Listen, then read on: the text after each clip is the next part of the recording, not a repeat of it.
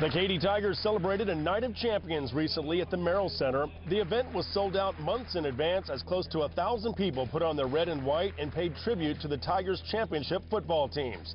Former Katy head coach Gordon Brown was on hand, and he and his Tigers were recognized for the school's first state title in 11-man football in 1959 over the Sundown Roughnecks. It was really something to have that opportunity to play for a state championship and to see what it does for those players.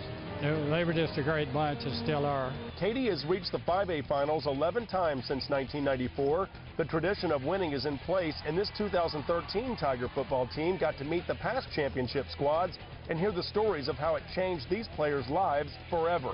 It's really cool to see all the past players come back and let us know that once we're finished here, we can still do great things, whether it's on the field or off the field. And we've got some players in the NFL and then some players that dropped football, but the skills that they learned out here carried on to the business world and very successful people.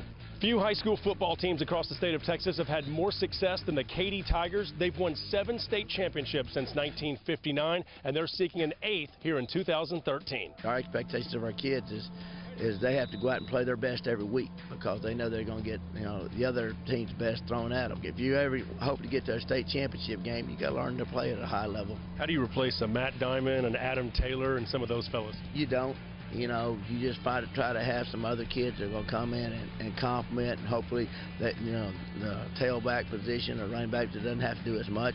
I'm ready to take on the challenge, and I got a great backing me up right behind me is Kyle Porter, and I mean we're going to be a two-headed monster this year, just like me and Adam last year. And we're two very versatile running backs. We can both catch the ball really well. We can both run really well. Kylie Huddleston has 16 games under his belt as a starting quarterback at Katy High School, and he gained a lot of respect from his teammates playing injured in the state championship victory over Cedar Hill last December at Cowboy Stadium.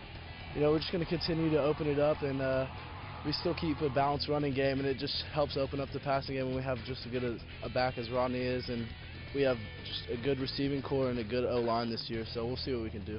Right now, he's a better quarterback than he was last year, and I expect him to be a better quarterback. It's Kylie's turn to lead. But our offensive line's got to step up, and I've, said it from day one. That'll be a key to our football season, is how well they do. One thing is for sure, Gary Joseph will have his Katy Tigers prepared in 2013. Just ask his former boss of 22 years, Mike Johnston, who's won 3 state titles with the Tigers.